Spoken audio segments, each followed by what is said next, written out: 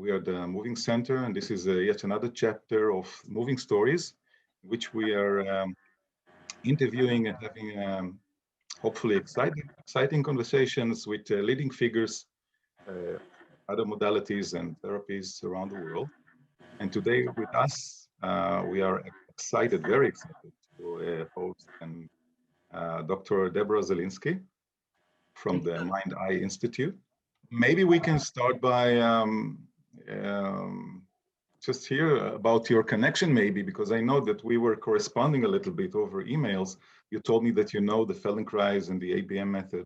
I met Anat when I was about 30 years old, a long time ago, and I had been in a car accident and a small car accident, but because of the car accident, my neck was not comfortable, and I couldn't wear high-heeled shoes anymore, and I was a juggler, and I couldn't juggle anymore, and so somebody referred me to Anat Banyel. My aunt actually referred me to Anat.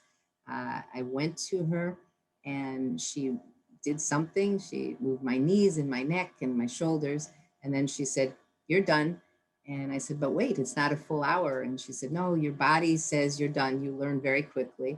And I left her office, and the next day I started smelling things. I had never told her that I had lost my sense of smell when I was smaller.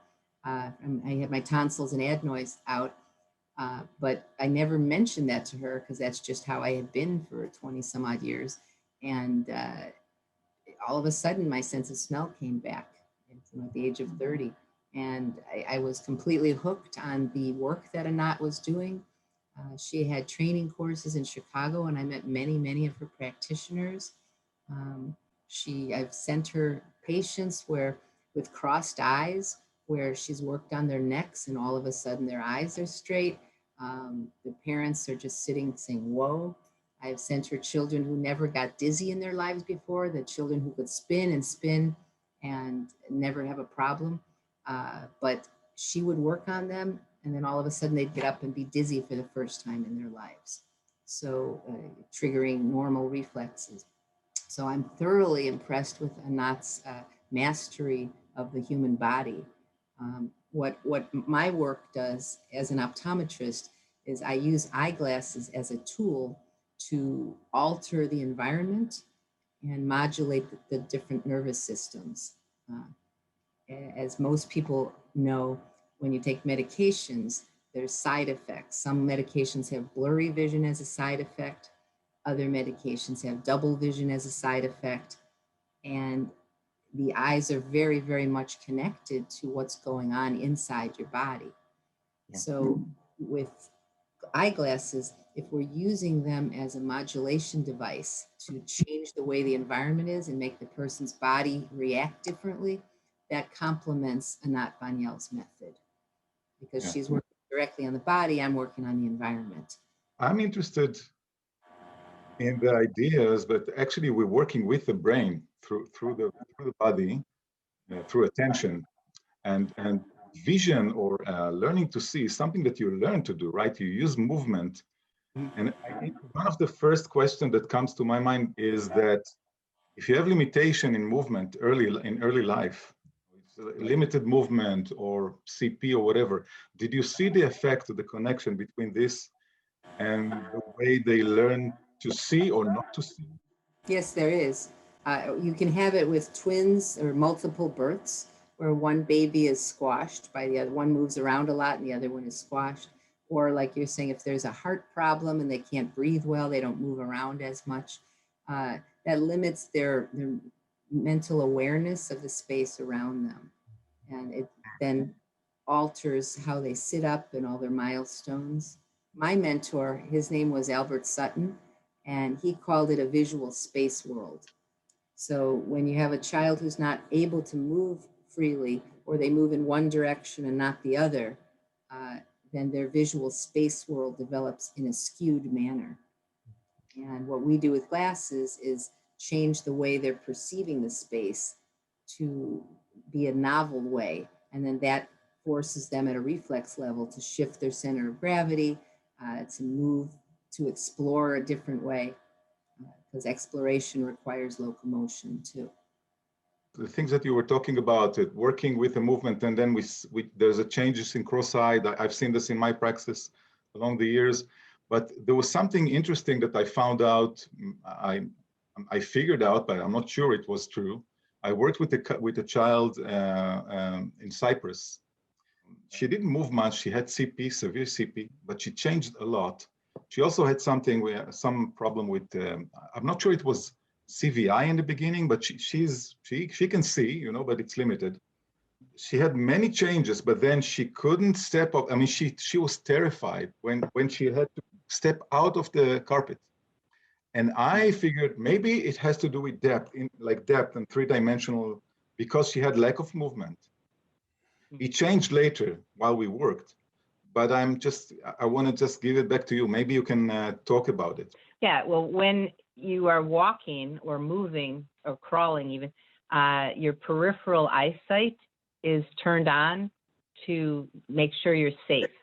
And so when you talk about awareness through movement activities, there's a lot of peripheral awareness that's on.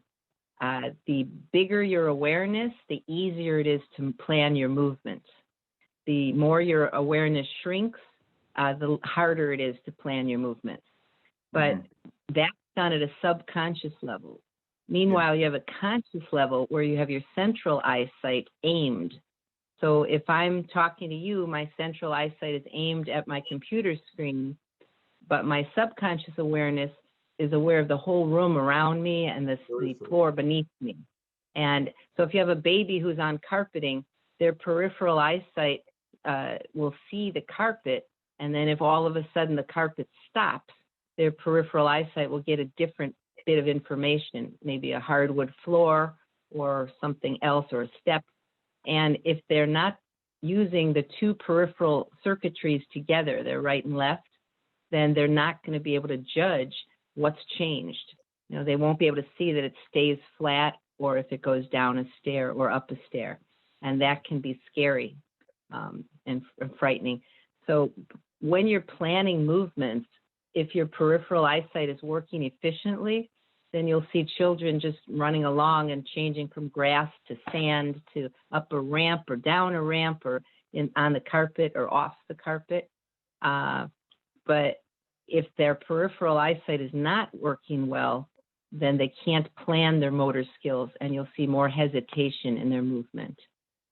I'm going to throw in another story of another child who I thought about a lot in reading The Ghost in My Brain. I've been reading it as getting ready for this interview. He had a traumatic brain injury at 4 months. He fell down some stairs. When I met him, I was very interested in his perception of space and his both visually and with sound and also with movement and the relationship between all those streams of information. And one thing that I felt in the beginning was that he was very defensive, like almost like the interaction, like he had some fear or some discomfort being in relationship. And as he's gotten more integrated in both his movement and his ability to perceive and make sense, I think, of the environment, he's gotten very playful and very fun. And like now when we have sessions together, it's like we have such a good time. And it made me think of this story from The Ghost of My Brain and really appreciating how important the visual, spatial, and also auditory perception of the environment is in feeling safe and feeling like we can understand the world around us and be able to connect and interact. You're totally right. When I was in college, I was still fascinated by eyes and blindness. And there was a blind student who, when his roommates wanted to play tricks on him, they would have him go out like down the hall to get something, and they would move the speakers, these stereo speakers around to totally different places in the room. So when he came back into the room and he was using the speakers to orient himself, the speakers wouldn't be where he thought they were, and he'd be like losing his balance. It was like putting him in a funhouse mirror because he had to reorient. And he would always be screaming at them saying, "Why are you doing that to me? You're making me fall over." So you use your auditory space whether or not you're blind. In sighted people, they use it to combine with the visual space. And then that's combined with the proprioceptive input from your feet and your neck position. One of the things that the Mind Eye Institute does differently is we prescribe eyeglasses that synchronize the auditory and visual space. And sometimes that means making one eye slightly blurrier than the other, or taking away a distorting mechanism from glasses. We work a lot with dominance, which eye is dominant and which one isn't. And we make sure that where you hear a sound is also where you see the target. Because if those are mismatched, you're going to have discomfort from glasses. So a lot of the patients that I see that are referred by Anat Banyel or her practitioners, they have a disconnect between what they hear and what they see. And they've been to eye doctors and audiology people. Their eyes are fine, their ears are fine, but they're not working as a team. Yeah. And people don't realize you can use eyeglasses to synchronize the eyes and ears. Yet there's studies showing that people on the autistic spectrum almost always have a disconnect.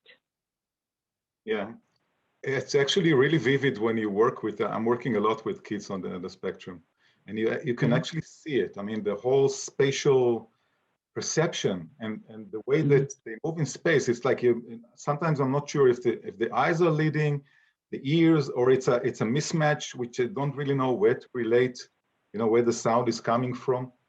But going back to what you said about sometimes you blurring deliberately one eye, is it to enhance the connection between the auditory there and kind of challenge it, or is it what's the idea behind? The rationale behind it is that you're taking the peripheral eyesight system and you're putting glasses on that activate it. So a lot of glasses are designed to activate the central eyesight system, which is used for identification of targets. You put the instrument in front of your eyes like this, you block off the side, you only look at a target straight ahead, and they say which is clearer, 1 or 2. So that's a clearness issue and an identification at a conscious level. And what we're doing is a subconscious awareness level, and it's used for navigational purposes. You navigate through the world by moving, and the movement is planned based on peripheral eyesight, not central eyesight. So most of the time we get patients in who've already got glasses that make them see perfectly clearly, but if one eye is too clear, and if we make that eye slightly blurrier, you change the dynamic between the peripheral input. I had an experience personally where I went to an optometrist to get a prescription for new glasses. And my eyes, I hadn't done it in many years, and my eyes had changed a lot. And what she gave me felt so disorienting to me that I almost felt like I was going to make me throw up. And I just was like, I don't want these. Like, it felt useless to me, actually. So what you're describing in terms of this linear or kind of simplistic orientation, maybe simplistic is the wrong word because it's very complex what she's doing, but that her glasses were so focused on this one aspect of the function of my vision that it threw everything else out of whack. And so this, I think, is something that we're so excited about in talking to you and other clinicians who have systems, like a rich understanding of the interaction of the different aspects of the systems that are involved, rather than the traditional kind of very reductionistic and very linear thinking that's so dominant in our science and in our culture. I don't see it as a simplistic reductionist viewpoint. I see it as a brilliant viewpoint when it was invented in the 1800s. And what I think is, we're doing an article coming up on the telegraph. And when Morse code was invented and the telegraph was invented, it was the most brilliant thing ever, because you could send electrical signals with dot, dot, dot, dash, dash, dash, across miles and miles. So you didn't have to have the Pony Express. You didn't have to have people taking a handwritten message and riding on a horse 2 days to get there. The electrical signals would do it. So when it was invented, awesome. And that's what the eye exam is. Somebody invented a brilliant eye exam. but then they based it on thinking that all the eyes did was see.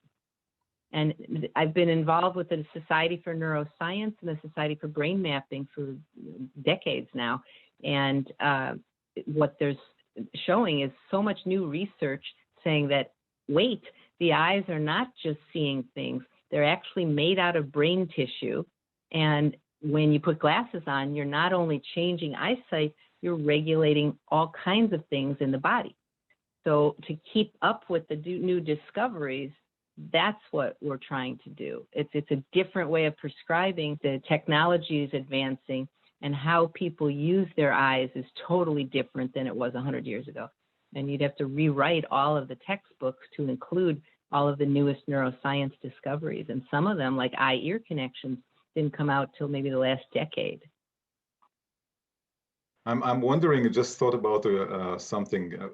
This period of, COVID, even before that, all our kids and us, we're all the time centralized on smartphones and screens. Do you see any connect? I mean, sure. I mean, and I think that you're losing the peripheral. Everything is becoming like a tunnel vision.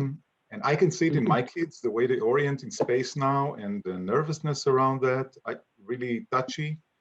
Do you see the people coming to you specifically because of these, problems, because of technology? They don't come to me specifically for that, but I do have a parent who told me that her child is a runner, and she ran and ran on a track team outdoors with big space. Because of COVID, they didn't have the track team last year, and so she was at home working on a treadmill. So she was running and running and running. She went, many miles. She had plenty of stamina. Now they just reopened because it's spring again, and they went outdoors. And she said her kid couldn't run. Everything was weird. She wasn't used to having the expansion of awareness, and it took her a while to recover and run. So yes, we do see it. If you have children who look at their smartphones all day, and then they're on Zoom all day, and they're not in a big classroom to look around, and they're not in sports to look around, that shrinks their visual space world. That's the most fun thing about working as an optometrist, that the retinal processing expands or constricts because it's part of your brain. So at any given moment, you're not using every part of your brain. You turn some off, and you put emphasis on other parts. So during a normal day, most people used to put emphasis on their peripheral retinas, but now with the smaller viewpoints, they don't, and it's like use it or lose it. It's an upgrade to the exam. I think that as technology changes, that we just need an upgrade to the examination. I think the original examination is necessary. I just think, especially for concussion patients, kids on the spectrum, CVI patients, we just need an upgrade to the current system. What you're describing in terms of the child who's running outside and the richness of the environment, it makes me think of this principle that's very prominent in our work, which is the importance of variation in experience and perception, in movement, and how we use that to stimulate, or to not stimulate, but to support learning and positive brain change. And I know that that's a big part, I think, of how you're working with, even within the surface of the retina, like kind of getting, this is my read on some of what I read, was that you're playing with or creating variation in a very systematic and mathematical way that promotes this novel experiences or novel pathways. And I think the fact that you're using science and math to do that is really interesting, because we're doing it very sensorially, very subjectively in a dynamic relational interaction, right? And the fact that you're bringing this mathematical, hard quantitative science to that, I think is really fascinating. Well, I'm a mathematician at heart. My background is all mathematics and not as much science. And what I do when I see a patient is I watch, what chunk of space around them are they aware of? And when I put the different glasses on, I perceive it as I'm expanding their space, constricting their space, distorting their space, I'm magnifying one side and minifying another side. I'm squashing it. So I can do a lot with eyeglasses, and it's all a math puzzle. Each patient is a different math puzzle because they come with different personalities. I have a examination chair that overlooks a pond, and we'll have some people come in and sit down, and maybe 10 minutes into their exam, they go, oh, there's a pond over there. And meaning that they've started with just looking at the chair and then expanding slowly. And then there's other children who walk in the room, and then they'll go like a bullet to the pond, to the window. And like they'll look at everything. Or they'll child will sit down and start pointing to the different things in the room. Oh, there's this, there's this, there's this. Look at that pencil, look at this. So people's brains are different. Some people are more introverted and they're in their heads thinking. Other children are more looking around what's going on around them. So when you put glasses on them, the adaptability is different. The kids who look around the environment are usually easier. They adapt more easily to changes. And we'll often use, to your comment, 2 pairs of glasses. We'll have one that we call a comfort pair and one that we call a discomfort pair. And they'll flip between them to create the adaptation ability. Yeah. The more they can adapt to change, the easier it is for them to deal with their environment. So that would be also something that would help speech and help develop tongue movements, because we know that the eyes are connected to the tongue and throat and neck muscles, and so that is something that would be interesting to know. It's like how you found that speech is developing through glasses. Jan Wazowitz, who developed aerobics through cognitive concepts, we worked back in the 90s together, and we put glasses on that tip the chin upward. If you bend light from above, the eyes pull up, the chin pulls up, change the vocal cords. And you could have different glasses that tip the chin down. And she found that speech was different in the patients like that when she was making that aerobics program. We also find that there's 2 components of speech. One component is the actual planning of your tongue muscles and your jaw and your lips. But the different is visualizing what you want to say and planning. So if the visual imagery is not in your head or the sequence is not in your mind, then physically making yourself speak becomes harder and harder. So there's those 2 components. But yeah, I agree with you. The eyes are very much connected to tongue position. In fact, it also changes auditory localization ability. I have a bell that I ring, and we have patients close their eyes and try to find the bell. And if they stick their tongue out, their ability to find it changes, because that will change where their eyes pull in and out depending on whether their tongue is in or out. So Feldenkrais talked about the teleceptors, the organs of sensation that help us to perceive the environment at a distance. So eyes, ears, and smelling. And so I know that your work is very, you really emphasize the relationship between hearing and seeing. And I was wondering if like this, and the tongue makes me think also of smell and that, or taste even, which even maybe perhaps more primitive in terms of evolution, in terms of perceiving the environment. But I wonder if this relationship, do you see it as being fundamental between vision and hearing? Do you see it as being fundamental in terms of how we evolved to move and to sense the environment? Is that part of your, like, how you think about it? It is, but it goes down to a chemical level, because like if you're awake, like today I'm awake, if I were to go 8 or 9 hours straight, I'd get hungry, because when you move around, the movement actually triggers hunger. But if you're sleeping for 8 or 9 hours or 10 hours, you're not hungry, because the lack of movement doesn't trigger the hunger receptors. So the primal instincts of eating and sleeping, because like they say, the ESP, that like babies, brand new babies, eat, sleep, and poop. So those are such primal things. And when you have older people, who are right at the edge of death, They're eating, they're sleeping, they're pooping, everything's different. So, but the ESP, the core survival reflexes, those are all intertwined with each other, and they link with movement.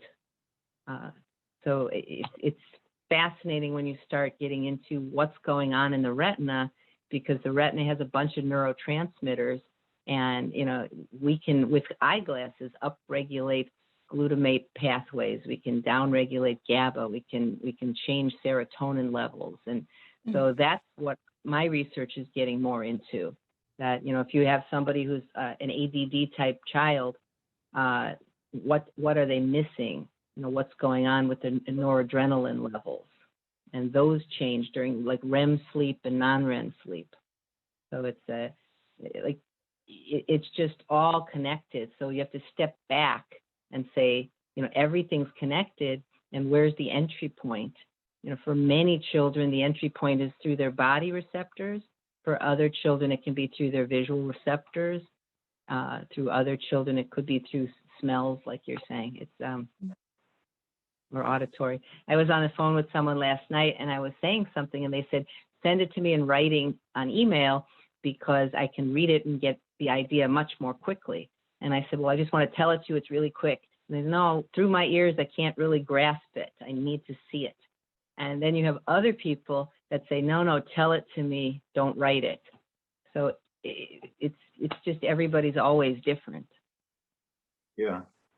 And it's interesting, you're talking about the connection. You talked about the connection between the eyes and the language, and the when you plan what to say, and just realize, I know that when I'm trying to think about something that was like remember something, I'm looking at the one direction all the time. Yeah. And when I'm planning to say something, I'm looking at a different direction. And when I tried once, I tried to change it. It was really hard for me. Yeah, to keep the position of the eyes, that's all the neuro-linguistic programming. The positioning of the eyes governs which memory bank you're opening up. Yeah. Yes. Yeah, I'm an NLP practitioner, and that's exactly. It's like I don't use it all the time, but it's really interesting when somebody is opposite, and then it's like if it's a remembered thinking or construction, it's like lying or not, or remembering, like looking up in your brains, like where is it, like finding it. And so what's the color of your first bicycle that you ever had? And you look at the direction of, you remember it. And so I can remember my red, and I would look out, it was red. So that's really... There's new studies now on eye position, moving your eyes side to side. Now they're showing links with the fear centers in your brain.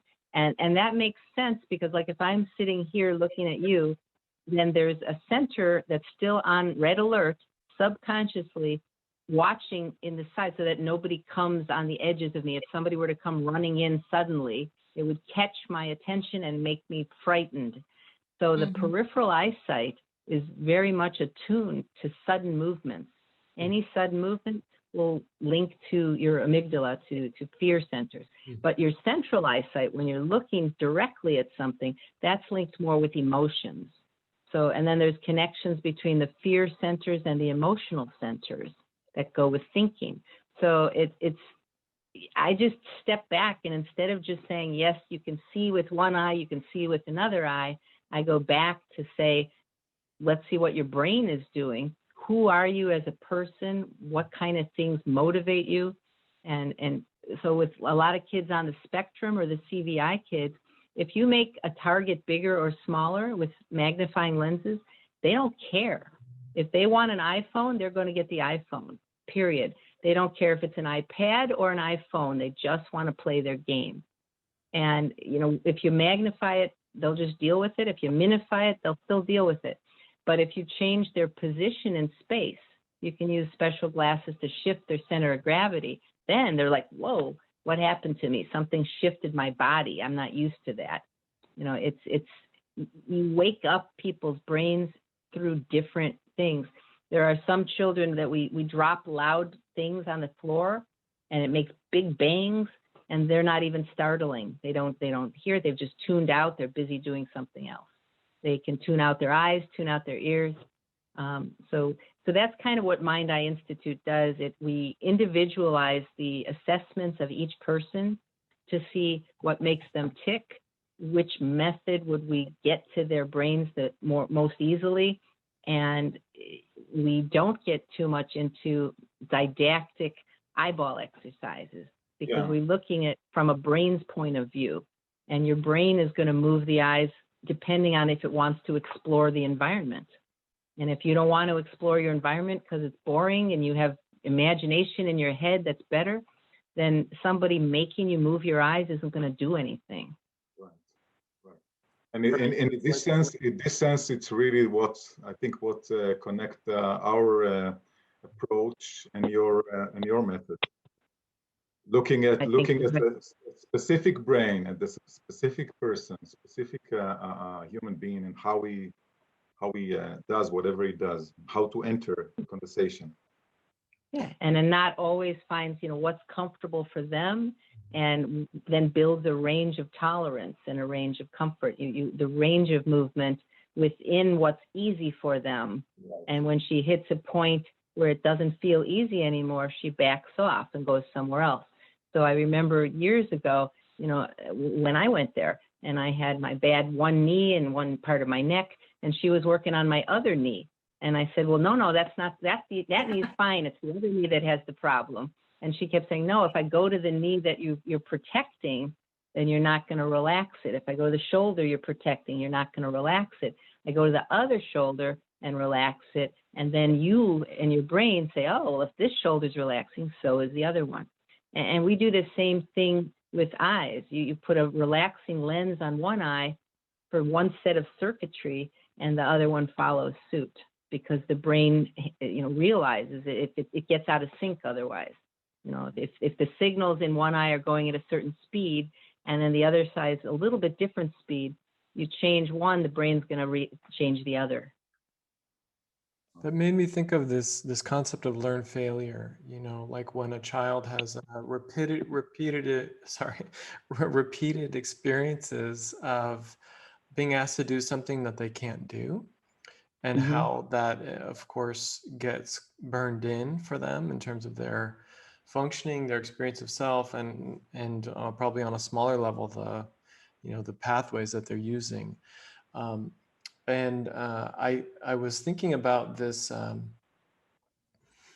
There I go, looking up.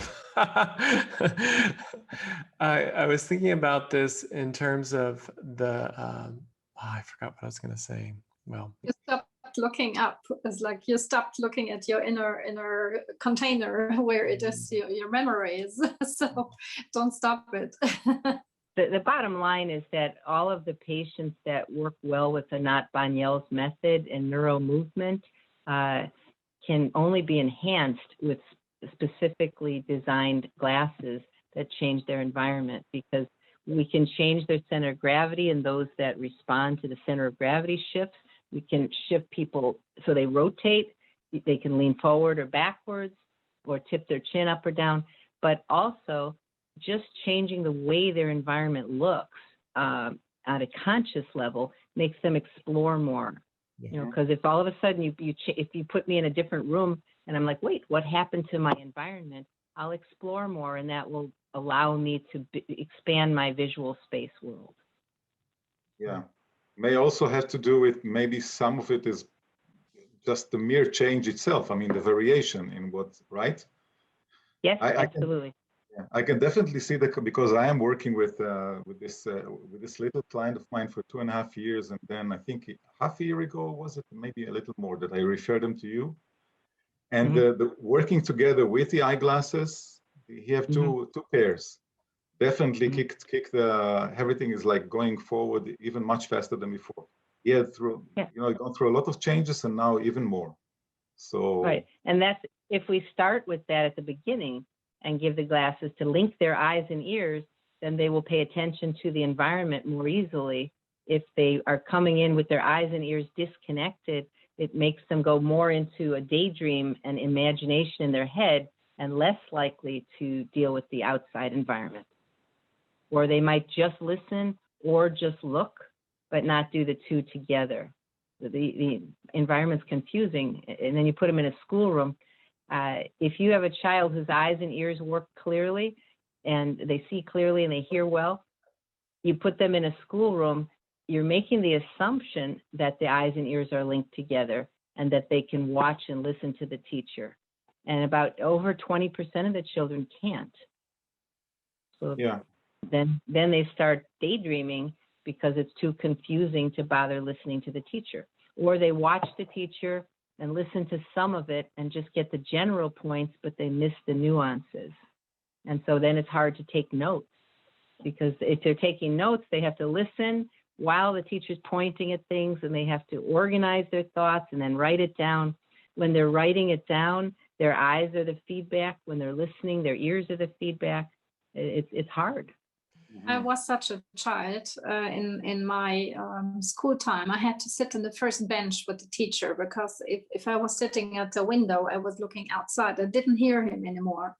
So throughout my whole life, I had this experience until I was in a hypnotherapy workshop to become a hypnotherapy teacher. And so in hypnosis, my teacher managed to connect my two senses during a hypnosis session by playing a child's toy, like the ding, ding, ding, ding, ding, with colors. And we called it pink and pink minor. And so I could imagine pink and I could imagine minor, but I could not feel the two together. It was really like I had two hemispheres in my brain, that one is here, one is there. How can I connect them?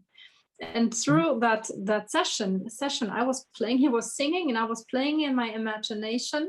I could almost feel it like a plop in my brain, and it was. And the end of the seminar, but just listen, just look here, and he was there, and I could still hear him. I was so amazed by that.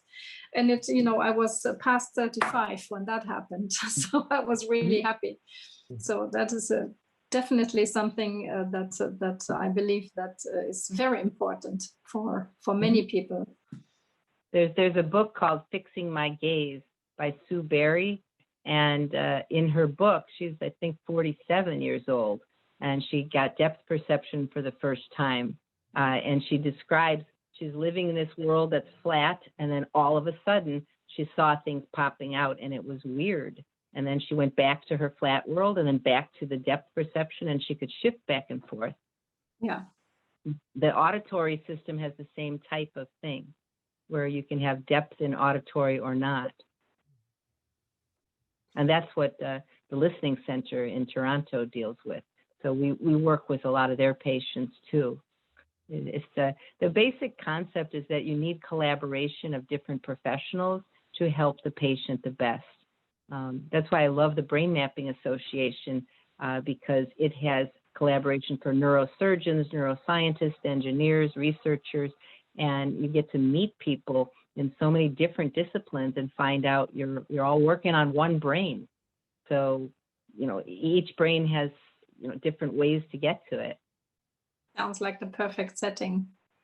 Yeah, the Brain Mapping Association has a large congress this year, and I'm in charge of the optometry subcommittee.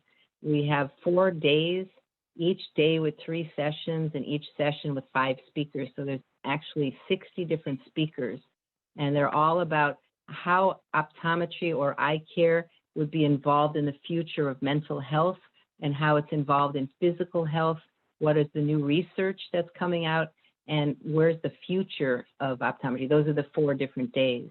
And then within the physical health, we split into cardiology, endocrinology, and neurology. And within the mental health, we split into psychiatry and ADD, attention problems, and PTSD type of thing. Where's the future going? I sincerely believe that the future of eye care would be to use eyeglasses to modulate the nervous system instead of just making it see. Use it to change blood pressure, blood sugar levels. There's so many things nobody realizes yet. That sounds really fantastic. I never knew about the non-visual or non-visual or non-image forming aspects of the the retina and the information that's coming in. This is like totally new to me, but of course it makes sense. But it's fascinating, and the thing you're saying about having a group, the brain mapping Congress, or no? It's going to be a Congress, yeah. Okay. Well, it reminds me of what came from me in collaborating and connecting with Andre and Eitan, in that we were all kind of doing our own things and then coming together and being in conversation with another, in collaboration. We can pool our knowledge and our interests and build and generate something new that's more robust and more fulfilling. And it sounds like that's happening in your world as well. But the thing that I think is interesting, I'm noticing a parallel between this integrative or a collection of clinicians or people who are interested in the integration of these different domains of functioning and perception, and really looking at the interconnections, and then them collaborating with each other gets even kind of supports that that process or that aspect of our functioning even more powerfully. Yeah, you're totally right. We have a science committee meeting right after our meeting today. I have a science committee meeting because my optometry group is one of 19 groups. So there's a neurodegenerative group, there's an epilepsy group, there's a cardiovascular group, there's an oncology group. So everything for the brain, but 19 different categories. And we all meet once a week to kind of discuss where we're at. And we have lectures where we learn all kinds of things. So it's everybody is extremely humble, but these are like the researchers who developed the coronavirus vaccine. These are cancer researchers, big people, and they kind of handpick them. Babak Kateb is the leader of it, and he's handpicked people to be on these committees. So there's no egos involved, and everybody just learns from each other. And at the conventions, they have, nobody has a name tag that has all your degrees written after it. You're just, first name. And in the chapters, when we're writing books together, you're just a, first and last name, because everybody has lots of degrees. I think that the Anat Banyel method should be represented in some of that. I actually have, spots for motor control. So there will be a lecture for somebody regarding motor control. It's interesting. Yeah, we'd love to hear more about that opportunity. Yeah. I was so looking forward. Anat's speech had Christine Roman-Lansky for the CVI expert, and I was so looking forward to meeting her in person. I'm on the medical advisory board with her for babies who are born with lack of oxygen and develop CVI. Those babies are called HIE, like hypoxic ischemic encephalopathy, and I haven't yet been able to meet her. So, how is the way out of CVI? Because lots of children we work with have CVI, so it's like they can really learn through neuroplasticity, through learning. How are you approaching that with your work? Like, well, we're working with, as you were mentioning, those non-image forming visual pathways. I look at the eyes as vesicles that transmit signals. So you have signals that go through the eyes into the seeing part of the brain. But on the way, the newer research shows that these signals sometimes take detours and go through the non-image forming parts. So for the CVI children, we have ways to measure which spots on the retina we can activate that actually induce activity in their brain. So when we look with the light at a baby's eyes, we can see which parts of the brain are active and which are daydreaming. And what do we have to do with light to engage the baby in the environment? And what do we do with the light to make them go into a daydream? So we find which spots the baby can engage in the environment, and then we stimulate specifically those spots with a rotating glass. And in the CVI patients, their parents are saying, my goodness, when we have the glasses rotated one way, my baby is trying to move and grasp things. And when we have them rotated a different way, they're just kind of laying there like a bump on a log. And we turn it another way and they engage. So we stimulate the parts that work and then slowly build up the parts around it to expand their awareness. And we've had a couple of CVI patients that, as they get older, they're starting to see and develop the visual aspects of their eyes. There's a question that I had that I think you're answering it. I was wondering if there's a developmental framework that you're using in terms of some aspects of the function of the eye. I imagine are more basic or more primitive, you could say, and happen on the sort of faster, lower level of the nervous system, and then some that are more higher level aspects of our brain, and whether there's a kind of developmental framework that informs how you approach a particular child, like if you want to fill in those sort of more basic primitive functions before moving towards the more complex. Yeah, well, Deb Dana put together a book on the polyvagal theory by Steve Porges, and she has a hierarchy in the primitive brain and the newer brains. So, and that goes into immobilization and mobilization type of thing.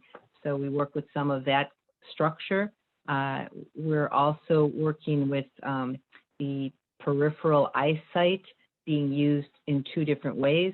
One way is to activate posture reflexes, and a different way is to activate the surrounding space. Then, of course, for the visual development, there's Piaget's levels, because children at 2 and 3 don't have the same abilities that 4 and 5 and 6. So there's a lot of development that happens before age 7 and then after age 7. So we would use some of those theories. So yes, there is some sort of structure hierarchically, but again, children cognitively pretty much stick to a certain realm, and then motor-wise also have a certain series. So you basically, the visual system develops in utero, and if you have a full normal pregnancy, from about the 4th month to the 9th month of pregnant women's development, the eye muscles links with the inner ear for head position. So when the baby's born, they're supposed to have a fully completed vestibular system, and it should have linked with the eye muscles so that when their head turns around, their eyes move. They have about 6 months in utero of that. If they're born as a premature baby, or they didn't get enough practice because they were not moving enough, then you're going to already have a problem. From birth till about 6 months old, that's when peripheral awareness develops, when they're looking around and things are moving, and they develop a shape and size and movement awareness and contrast. And then around 6 months, they start to sit up, and then they start to point their eyes inwards and really delve into reaching and grasping a little bit more. So it's, and the upper body, the arms, are linked with the eyes to reach and grasp at a tiny level, but the legs, the lower extremities, are more designed to link with the eyes for running around. And so one's more locomotion, one's more reaching and grasping. So if the upper and lower body is not linked together, then you're going to have trouble running and grasping at the same time. And then meanwhile, there's the thinking involved. You keep quoting the Ghost in My Brain book, but you got to realize that's from 2008. It's now 2021. So that's 13 years more of learning I've had with, hundreds and hundreds of concussion patients. So a lot of that still holds true, but there's more research done to document and to change what was there. Well, I'll try to catch up as best I can. Yeah. Do you have any? Did you have any success with kids with OCD, obsessive compulsive disorders? Yeah, that's often a serotonin imbalance. So, like I said earlier, you can use glasses to change the regulation of certain neurotransmitters. So we do have, we can change some of their thought processes. You can take racing thoughts, which is noradrenaline, and change that. So that's a newer aspect of using eyeglasses. So these are the types of things where we have anecdotal studies, but it's based on solid neuroscience. So these are the research projects I want to get into. For the parents and the therapist, whoever watching us, the procedure to get the prescription, they need to travel to Chicago, or are there any branches or other places around the world that can that We work? currently have certified optometrists in Chicago only, but what we've been doing because of COVID is working with optometrists strategically placed around the world, where it's a Zoom appointment and the Chicago optometrists are involved with the other ones, saying measure this, measure that, and helping teach how to come up with a mind-eye prescription. I have many optometrists who are certified in my Bell testing, but that's not the same as the prescription writing. That's a different aspect. Thank you. Yeah. But so the answer is yes. We've been working a lot with someone in Belgium, someone in Australia, someone in Canada, different places. Yeah. Where in Canada? Well, we have one in Toronto, one in Calgary. Calgary. Okay. Are you interested to expand that? As like would it be helpful to have one in Germany? Well, the one in Belgium would probably be first because he's close to being trained. So the answer is yes. Eventually, I think the mind-eye exam would be the way to go for everybody. But we've been busy putting manuals together to train people. We're trying to. It's taken 14 months to train one of the optometrists here, and 12 months for another one. And we're trying to make it a little more structured with proficiency exams and placement exams, so that we can take the goal would be about 6 months, maybe 8 months to train. And eventually have a center for mind-eye in different locations. Sounds promising. So yeah, but that's in the future. But at the moment, we have to have the infrastructure set up here. Something that you said in one interview I watched, you said that your work is really like a mixture of science and art. And I thought about that in terms of both training and teaching your work, and also in terms of how people experience it. Because something that I've experienced a lot in the people that I work with, that there's something about feeling like someone understands you, like someone understands your experience in an integrative way. Again, like these different aspects of emotion, of movement, having the feeling that someone gets it is a very powerful experience. And I've heard that a lot in the different interviews and videos I've watched of your patients as well. Yeah.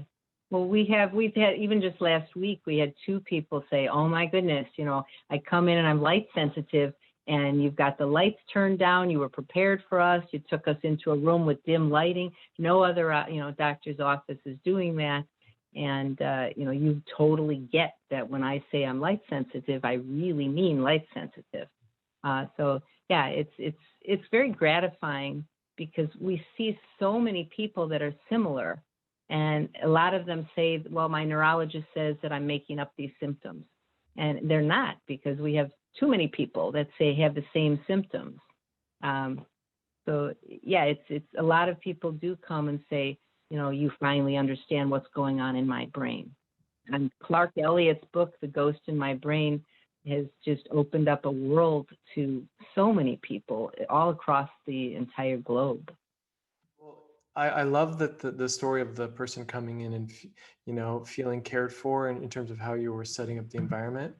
But also, I think it's really interesting, like what you're saying about how these various symptoms that could seem or appear so disparate and disconnected to one person can really be understood when you have an approach and a way of thinking about people and their whole self that really integrates and looks at the interconnections. And how powerful that could be also emotionally for people to feel that someone sees all of them, so. Well, even the optical, when we're training optical people, they come in thinking in terms of eyeballs. Your eye is turned in, your eye is turned out, your eye is needing 5 units of power or 2 units. And it's like, no, you have to switch how you're thinking to be, what is the space doing? If you magnify the space, how is the person's walking going to be different? If you minify the space, what are their shoulders going to be doing? So it's, it's really interesting to watch people shift their paradigm and start changing how they view, people. For instance, I went to another optometrist's office and they gave me a sample patient. They were worried because all of a sudden one eye was higher than the other. And typically that would be indicative of a brain tumor if out of nowhere, the patient had been their patient for years and years and their eyes were always equal. Now all of a sudden one's a little higher than the other. So, they're worried. So I went in and the first thing I said to the patient within seconds was, how long ago did you get the lift in your shoe? And the patient goes, oh, about 3 weeks ago, they put this new thing on because I had a leg problem and they made my shoe really tall on one side and really short on the other side. And so that is what made their eye tilt, because the shift made their hips one higher than the other, and then their shoulder, their neck, and their eyes all readjusted. And so, then you don't have to worry about a brain tumor. You just change the lift in the shoe. But the optometrist who asked me was like, how did you see that? I wasn't even looking at their shoes. I'm looking at their eyeballs. And so those are the types of things that we have to train other optometrists to do, is step back and really look at this person. Why is their brain making their eyes only look at a small section around them?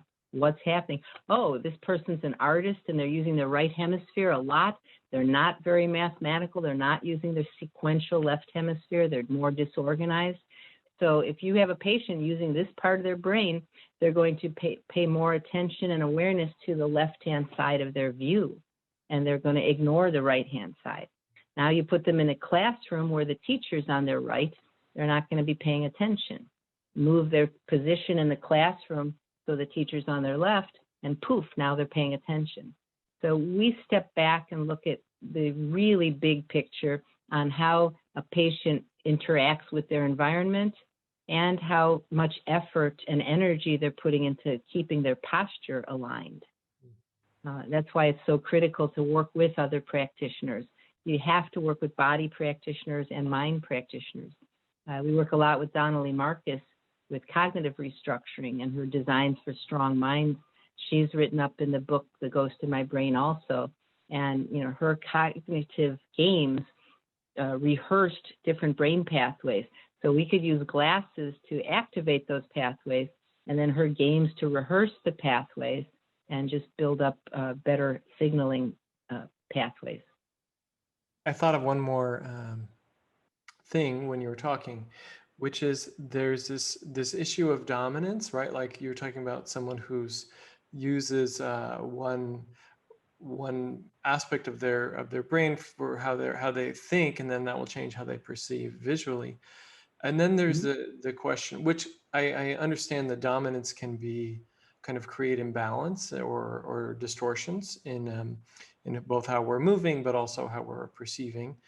But also how there's another issue, which is kind of when the information is kind of muddy or distorted or unclear in a sense, and how you have to work with that as well in terms of redirecting how someone's what pathways they're using so they can get clear and distinct information. And something that Anat says a lot is, I think Anat says this, you guys can correct me if I'm wrong, but that distorted information is much more counterproductive compared to even diminished information, like with that if the information is distorted, it's much harder for the brain to learn, basically. I agree with you. We use glasses to mute out distorting signals quite a bit of the time, because I totally agree. A diminished piece of information is better than a confusing information. You have one of my patients coined the term brain budget. You have a brain budget of how much energy you have, and if you have confusion surrounding you, you choose not to bother listening or watching it. But if you have a diminished signal, then which is muted out, you might choose to put some energy into it.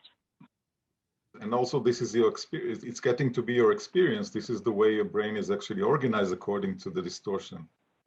Yes. So it makes sense that diminishing is Mhm. should be better if you have to Mhm. choose. Yeah. This reminds me a little bit of what we're doing collectively over Zoom. Like we're working with families and parents. We're using the principles of the method, but trying to apply them to kind of to clarify and refine the information that's present in the relationship between the parent and the child in order to get that clearer and crisper and more distinct. And that is like our modification to Zoom and to COVID, right? Is like how we're applying these ideas through this medium. You're totally right. We have to make the parent change to match the child's viewpoint, because the child can't take the adult viewpoint. The adult has to be the one to change. Or in a concussion, it's often the spouse. The spouse has to change. Right, and like shifting that, like there's a way that we adapt, we accommodate, and we in care and out of love and compassion, and then for the individual who needs help, and then we have to learn to shift that and open up the space for that person to fill in that, take over those aspects of their functioning. Yes. Yeah, there's more coming up, but of course, there's limited time. We could go on forever. Right. There's so many things to know about, but hopefully this was not the last time we can talk. Eventually, I will go back to Germany. I loved it. When I was in Berlin, that was beautiful. Yeah. I liked traveling to Germany. I have a friend that's in Munich. I didn't get down to that part of Germany. But I was in Basel, Switzerland, which was I got the step where they had the Germany and France and Switzerland were all together. Yeah. That's beautiful. That's a Strasbourg area, so it's like the Alsace. That's a beautiful area. It's an advantage to be at the border of different countries. So you got the best and the worst from each. It's like I'm at the border of Wisconsin, right where Wisconsin is. I'm 20 minutes from there. So that's cheese country. So you can go 25 minutes. There's incredible cheese. Oh, good. Thank you very much for setting this up. Thank you very much for being part of this exciting conversation. We learned a lot, and I'm sure that the parents and the viewers will learn also a lot. Nice meeting you all. Nice meeting you. Thank you very much. Yes, real pleasure. Yeah, fantastic to talk to you. Thank you so much. Okay, bye-bye. Bye. Thank you very much.